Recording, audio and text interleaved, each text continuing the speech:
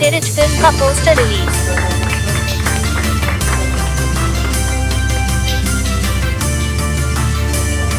अस्सलामु अलैकुम, मैं ज़मीर अहमद अंसारी और आप देख रहे हैं जेड न्यूज़ फॉर यू। अर्ज़ यह है कि आपने अपने channel Z news for you को अभी तक सब्सक्राइब नहीं किया है तो सब्सक्राइब करें और साथ में दिए हुए बेल आइकन को भी दबाएं, जिससे हमारी आने वाली सभी वीडियोस के नोटिफिकेशन सबसे पहले आपको मिल सकें। नई दिल्ली OTT प्लेटफॉर्म्स पर अपनी धमक दिखा चुके पंचायत वेब सीरीज के विकास यानी चंदन रॉय जल्द ही एक फीचर फिल्म में नजर आने वाले हैं। इस फिल्म का poster PVR plaza Connaught place नई दिल्ली में एक प्रेस कॉन्फ्रेंस में रिवील किया गया। चंदन रॉय इस फिल्म में मुख्य किरदार में नजर आएंगे। ये फिल्म मशहूर उपन्यासकार उदय प्रकाश की लिखी कहानी तिरछ पर आधारित है और इस फिल्म को निर्देशित करेंगे युवा फिल्मकार संजीव के झा। पोस्टर लॉन्च के अवसर पर ये तीनों लोग मौजूद थे। पोस्टर लॉन्च के वक्त चंदन रॉय ने कहा कि मैंने ये कहानी स्कूल के दिनों में पढ़ी थी, लेकिन मैं ये सोच नहीं पा रहा था कि इस कहानी पर फिल्म कैसे बनेगी। लेकिन जब निर्देशक और स्क्रीन प्ले राइटर संजीव के झा ने मुझे इस कहानी के 1 दर्जन शेड समझाए तो मुझे लगा कि इस मौके को हाथ से नहीं जाने देना चाहिए। फिर कहानी जो सामने आई उसने मुझे और उत्साहित किया। फिल्म के निर्देशक संजीव के झा ने कहा कि ये फिल्म एक तरफ पिता पुत्र के अनकहे रिश्ते की कहानी भी बयान करती है तो दूसरी तरफ समाज को एक नए नजरिए से देखती, जो एक तरह से एक जान गंवा रहे वैसे इंसान की कहानी है जिसे पता नहीं चल रहा कि उसके साथ क्या हो रहा है। संजीव ने इससे पहले सिद्धार्थ मल्होत्रा और परिणीति चोपड़ा स्टारर, जबरिया जोड़ी और अमित साध अभिनीत बैरोट हाउस जैसी फिल्में लिखी हैं। संजीव की लिखी मराठी फिल्म सुमी ने पिछले साल 2 नेशनल अवार्ड हासिल किए थे। अपनी कहानी और संजीव के बारे में बात करते हुए उपन्यासकार उदय प्रकाश ने कहा कि मुझे अपनी कहानी तिरछ बहुत पसंद है, लेकिन मुझे लगता था कि इस कहानी पर फिल्म बनाना काफी चैलेंज हो सकता है, लेकिन संजीव के झा की लगन और सोचने के तरीके से लगा कि इसे संजीव जैसा निर्देशक बेहतर तरीके से पर्दे पर उतार सकता है। दरअसल तिरछ छिपकली की तरह का एक प्राणी है जो सांप की तरह या उससे ज्यादा जहरीला होता है, और ये होता भी है या नहीं इस पर हमेशा से विवाद रहा है। ये कहानी सच और मिथक के बीच पिसते इंसान और उसके तिल तिल मरने की कहानी है। 40 साल पहले लिखी गई ये कहानी गांव और शहर के बीच के द्वंद्व को भी दर्शाती है। ऐसी कहानी को पर्दे पर देखना निश्चित ही दिलचस्प होगा।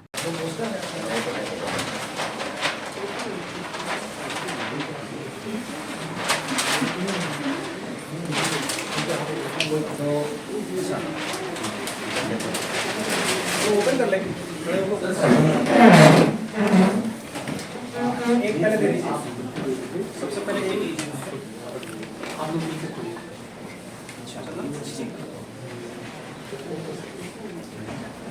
सर नीचे चलिए, कोई नहीं, खोल लीजिए जैसे भी।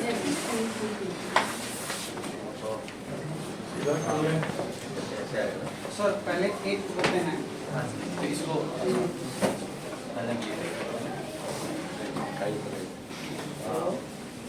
थोड़ा सा नीचे, सर आप गायब हो गए। आप सॉरी सर, बीच में आ जाओ। सर माइक के ऊपर रख दीजिए, कोई इशू नहीं। अच्छा माइक के ऊपर रख लें। हाँ माइक पे रख दीजिए, यहाँ रख दीजिए, अपना चेहरा भी दिख जाएगा सर का। बस सही है। This is Chandan Roy on the front.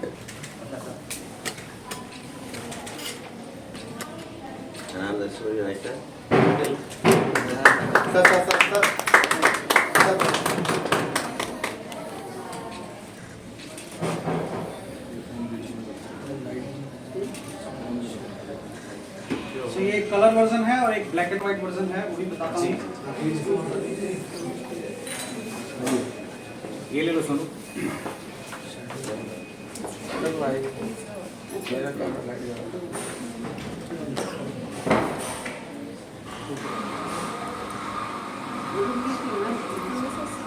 Okay okay, सही है, सही है, सही है।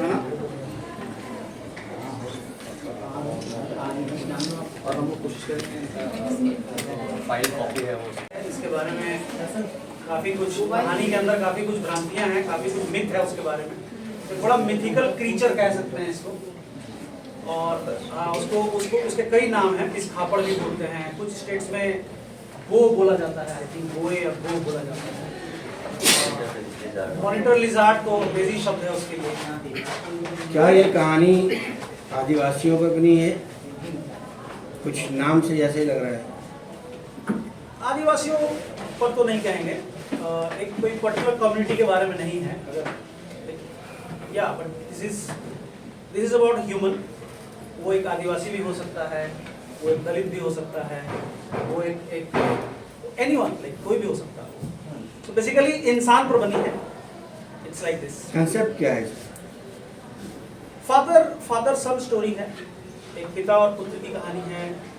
काफ़ी कुछ है, मतलब बहुत ही संक्षेप में बताऊं तो एक पिता पुत्र की कहानी है, उनके बीच के आपसी रिश्ते हैं, और ये जो अभी का जो दौर है जिसमें इतना सारा वायलेंस है, इतनी सारी हिंसाएं हैं, इतनी सारी प्रताड़ना है, टॉर्चर है, उन सब चीज़ों के बारे में है। थीमेटिकली और भी बहुत सारा कुछ है। अगर देखें तो एनिमल अटैक भी है। एक एनिमल है, वो किसी एक व्यक्ति को उसने काट लिया है, उसके बाद से क्या कुछ होता है उसके साथ। मिथ है बहुत सारी भ्रांतियां हैं, जो मैंने बोला कि छोटी छोटी जो भ्रांतियों से, जो सूचनाओं से, जो इन्फॉर्मेशन से जो मिसकम्युनिकेशन होता है, उसकी वजह से जो वायलेंस होता है, उसकी वजह से किसी के ऊपर जो आप हिंसा क्रिएट करते हैं, उसके बारे में। उदय सर, आपसे है कि आपकी बाकी रचनाओं से इस तिरिच में क्या कुछ अलग देखने को मिला? नहीं, मेरे ख्याल से बहुत अलग है ये, और अलग इसलिए भी है, कल हम लोग बात भी कर रहे थे, जानते भी हैं कि ये एक बड़ी टर्निंग पॉइंट है जो दिल्ली का, और दिल्ली का नहीं, सारे हमारे हिंदुस्तान का, कि जब ये मॉडर्नाइजेशन एक तरह का शुरू हुआ, 82 में हुआ था एशियाड, और उस समय दिल्ली बदलनी शुरू हुई थी। तो जैसे क्या होता, कल भी कह रहे थे हम लोग, आजकल आप बच्चे हो जो कपड़े खरीदने जाते हो तो उसकी जो साइज़ होती है ना, SM, L, XL, XXL, है ना। तो इसी तरह जब बड़ा होने लगता है कोई शहर, कोई मेट्रो, तो एक्स्ट्रा लार्ज हुआ है, लार्ज हुआ है, या एक्स्ट्रा लार्ज हो रहा है, तो जितना बड़ा होता जाएगा उतनी ही बड़ी बॉडी होती जाएगी। और ओबेसिटी जो है, मोटापा, ये बहुत तरह की बीमारी के लक्षण होते हैं। तो ये कहानी एक गांव से आए हुए एक ऐसे पिता की है। हम लोग बहुत बात कर चुके हैं, अभी इन्होंने उस मुद्दे पे, तो वो उसको तिरिश ने काटा। तिरिश कुछ नहीं है, तिरिश एक ऑब्जेक्ट ऑफ फियर है। जैसे बच्चों को डराने के लिए कहते थे ना कि वहाँ मत जाना, वहाँ भूत है, या ऐसे मत जाना, यहाँ पर चुड़ैल रहती है, या ऐसा मत करो। तो डराने के लिए बच्चे रात में जंगल में ना निकले, तो उनको तिरिश का एक फियर ऑब्जेक्ट है तिरिश। अब उसको बताऊंगा तो बहुत लंबा होगा, ये उसको किस तरह से पोर्ट्रे करते हैं।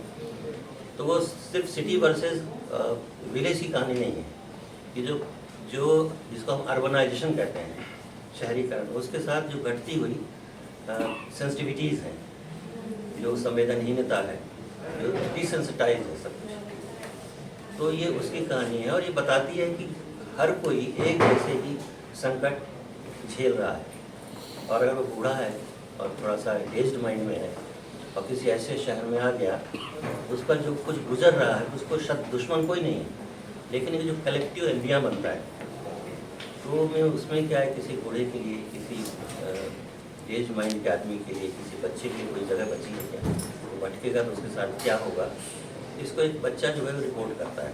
बुक का रूप भी दिया जाएगा सर इससे? बुक तो ऑलरेडी है, book is already out, it is based on the short story. तो वो ऑलरेडी एक कहानी पर आधारित है जो उसने लिखी थी आज से I think 1985 1984-85 like 32-35 years back he has written that story। Already एक शॉर्ट स्टोरी थी जिसके ऊपर हमने ये स्क्रिप्ट बनाई और उसी के ऊपर फिल्म। मेरा सवाल चंदन से है। जी, please। आपने पंचायत किया, विकास के नाम से आप हर जगह फेमस है, शायद ही कोई चंदन जानता होगा, विकास के नाम से जी। फेमस है। तो इस फिल्म में जो किरदार है उसको आपने जब स्क्रिप्ट पढ़ा तो क्या सोच के किया कि क्या कुछ अलग है विकास के रोल से? मुझे लगता है कि हर कैरेक्टर अपने आप में एक दूसरे से अलग होता है, बट आप उसको एक बार उस कैरेक्टर के रोल तक जाने की कोशिश करोगे तो लगेगा कि यार ये तो बहुत अलग है मेरे बाकी सभी काम से, सभी कैरेक्टर से। तो इसमें बहुत एक मेरे लिए एक नयापन इसमें इसलिए कि एक बाप बेटी की बड़ी खूबसूरत कहानी है, और ये एक ऐसा रिश्ता है जो हम बहुत ज़्यादा मुखर नहीं है अपने पिताजी से, है ना, बट हमें पता है कि किस टाइम पे मेरे पिताजी को तकलीफ होगी बोलने में। अगर मेरी बहन कोई सवाल पूछ रही है मेरे पिताजी से और उनके मुंह में खैनी होती है, तो मैं कोशिश करता हूँ कि मैं अपनी बहन को यही जवाब दे दूं तो इतना खूबसूरत रिलेशन है और सब कुछ अनटोल्ड है ना दोनों के बीच में, बट कमाल की अंडरस्टैंडिंग है। मुझे ऐसा लगता है कि यार मुझे लगता है जो भी अपने नॉर्थ बेल्ट के हैं पिता पुत्र का इसी तरह का अमूमन रिलेशन रहता है। हम लोग अपने पिता से बहुत ज़्यादा मुखर नहीं होते हैं। अगर वो आंगन में है तो हम दरवाजे पे होते हैं, अगर वो दरवाजे पे तो हम आंगन में चले जाते हैं, है ना। तो मैंने इस तरह के रिलेशन अपने पिता के साथ जिया है। तो अगर मुझे कैमरे पे ये करने का अगर मुझे मौका मिल रहा है तो मैं इसे कैसे अपने हाथ से जाने देता। चंदन, अगर आपके कैरेक्टर की बात करें, आपके अभी तक का काम देखें तो ज़्यादातर लाइट कैरेक्टर रहा, ह्यूमरिस्टिक कैरेक्टर। जी जी जी जी। ये नाम से ही पता चलता है कि एक ये क्या बोलते हैं उसको, सीरियस स्टोरी होनी। तो वो लाइट कैरेक्टर से जो शिफ्ट है, जो कि एक लंबे समय तक एक ही तरीके का कैरेक्टर कह सकते हैं करना, ह्यूमर बेस्ड, लाइट बेस्ड, तो ये जो शिफ्ट है इसको कैसे देखते हो और ये कहाँ चैलेंजेस आया इसके पीछे? ये बहुत खूबसूरत सवाल है। बट मैं बता दूं कि इससे पहले अगर आपने देखी होगी तो चूना में बहुत ही मतलब एक गंभीर टाइप का कैरेक्टर था। शहर लाखोट प्राइम का है, तो इसमें भी मैं काफ़ी मतलब गंभीर, कहीं आपको हंसने मजाक वाली बात नहीं थी, है ना। इस तरह कैरेक्टर करता रहा हूँ। और जब आप एक्टर होते हो ना तो आप हर तरह के कैरेक्टर के लिए आपको तैयार रहना चाहिए। और जब मेरे पास कुछ नया आता है तो मुझे लगता है ओह अब मज़ा आएगा कि अब मुझे ये भी करने को मिलेगा, है ना। तो मैं बहुत जैसे सच पूछो तो ये मेरा बहुत कंफर्ट जोन होता है, इसमें कट टू कट चीज़ें हों, बहुत गंभीर हो अभिनय को लेकर के, और हंसना। या फिर मैंने एक सिटकॉम भी किया है, रोहन सिप्पी ने डायरेक्ट किया है, मैं कुणाल रॉय कपूर और तहाशा आम, 3 दोस्तों की कहानी, वो भी बहुत जल्द अनाउंस हो जाएगी। तो सिटकॉम था, वो मेरे लिए बहुत मुश्किल था, उसकी टाइमिंग पकड़ना, उसका अगर आप थोड़ा सा भी लेट हो गए तो पूरा अपन चला जाएगा, है ना। तो वो मेरे लिए, वो जो जिसको आप बोल रहे हो कि मेरे लिए कंफर्ट है, वो मेरे लिए मुश्किल होता है हंसाना।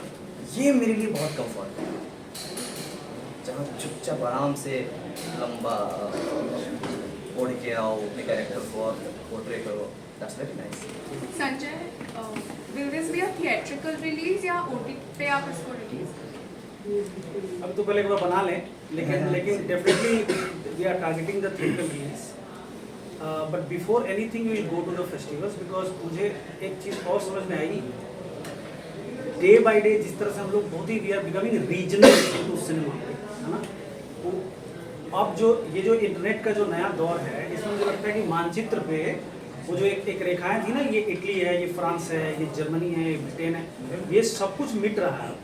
आप नॉर्थ कोरिया की चीज़ें यहाँ कंज्यूम कर रहे हैं, यहाँ की कहानियाँ देख रहे हैं, आप स्पेनिश देख रहे हैं, आप इटालियन देख रहे हैं, और बहुत ही ईजिली देख रहे हैं। तो अब इस वक्त ये बताना कि ये बिहार की कहानी है, हालांकि मैंने कर रखी है बिहार की कहानियाँ, तो इसमें ये एक बात थी जो बहुत ही सार्वभौमिक थी, है ना। इसमें लगा कि ये this story can be told in Japan also, this can be You're going to take it to the festivals? yes, in the beginning, yes. So nowadays there's a trend of doing, like, you know, the dubbing is multilingual. You have movies, the Hindi movies are being brought out in Telugu and Kannada, and so have you decided anything about? No, I think we'll go with the subtitle. That is that original language जब उसकी phonetics कामों में आएगी, it is always great. हम लोगों ने जितनी फिल्में डबिंग्स की देखी, we never liked it. It kills your like the essence, the sound. That is very important. So we'll go with the subtitle. Sir poster पे आते हैं, अभी 2 पोस्टर लॉन्च किया आपने, तो ब्लैक एंड व्हाइट पोस्टर क्या इंडिकेट करता है और कलर पोस्टर क्या इंडिकेट करता है? ब्लैक एंड व्हाइट, देखिए ब्लैक एंड व्हाइट से तो मोहब्बत है हम लोगों का ना, वो तो चार्ली चैपलिन से मोहब्बत है, ब्लैक एंड व्हाइट से मोहब्बत है। तो ब्लैक एंड व्हाइट मैंने जो पहली शॉर्ट फिल्म सर की कहानी पे बनाई थी, आचार्य की करार पे, Pankaj Tripathi was playing one of the character, तो पूरी फिल्म मैंने ब्लैक एंड व्हाइट बनाई। तो कुछ है शायद, पता नहीं, ब्लैक एंड व्हाइट बहुत फैसिनेट करता है। ऑल्सो अगर आप ये देखें कि why this poster, one poster in black and white, एक जो कहानी के अंदर की जो एक हार्शनेस है, उसके अंदर का जो मिथ है, उसके अंदर का जो मिस्टिसिज्म है, आई थिंक कलर हो सकता है उसको उतने पावरफुली प्रेजेंट न कर पाए, स्पेशली द ड्रीम्स, है ना, द नाइटमेयर्स। तो थोड़ा मुझे लगा कि अगर ब्लैक एंड व्हाइट की तरफ जाएंगे तो even everyone will get the feel, the tone of it.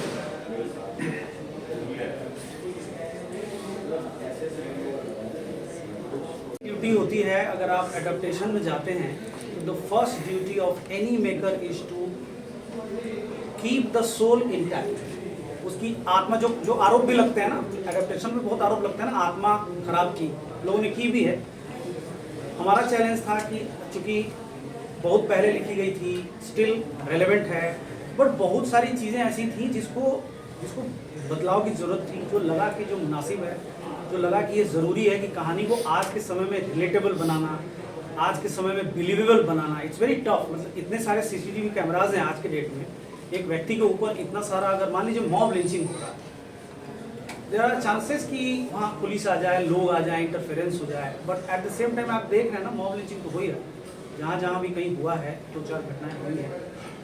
तो मेरे ख्याल से एडेप्टेशन में जब आप आते हैं और एक टाइम चेंज करते हैं, अपने समय को देखे हुए समय को आप जब प्रेजेंट करते हैं, तो चेंज के थ्रू आपको गुजरना ही पड़ता है।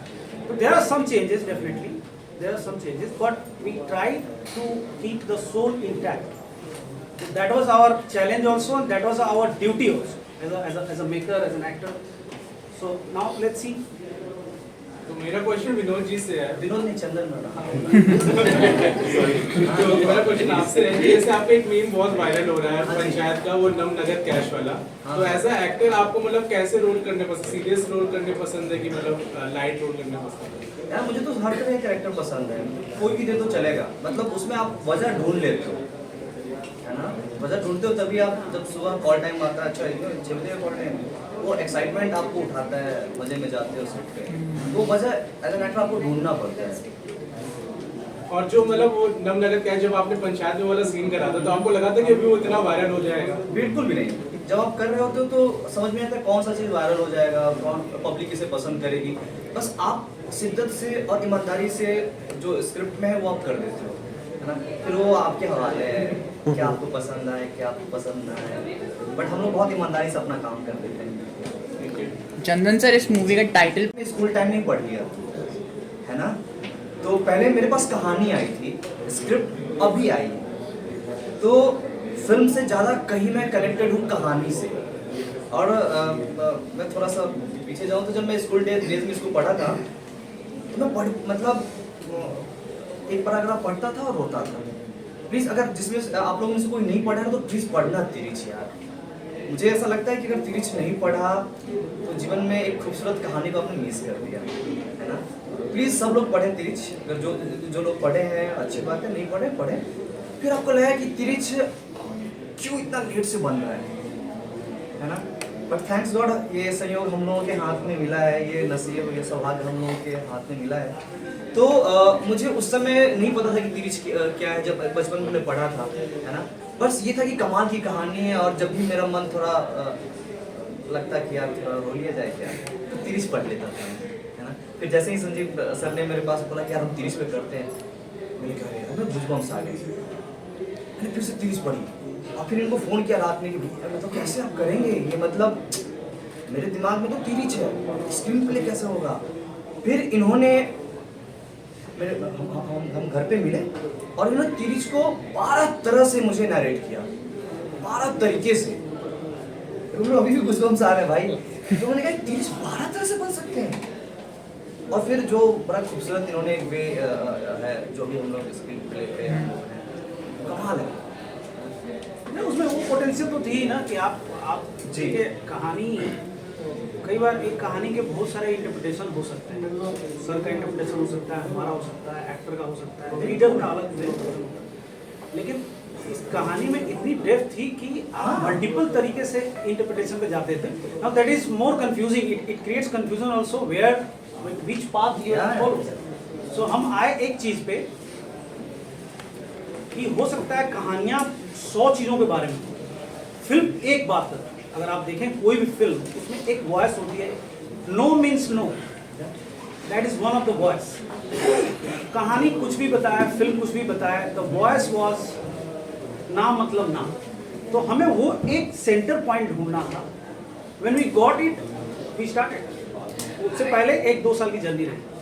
So in the industry, in the Hindi film industry, we see a churn. Okay, now there are these commercial cinemas which are like made in a certain way, and there are these small films that are also creating a lot of buzz.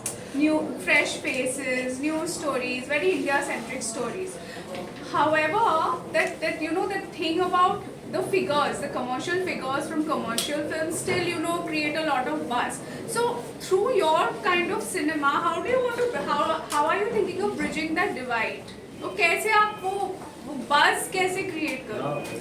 So ये हमने buzz ही create किया है. You all are here. There is you don't see any producer here. We are just three. There is no one but you guys are here.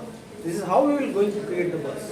We are going to approach all of our friends, like people like you.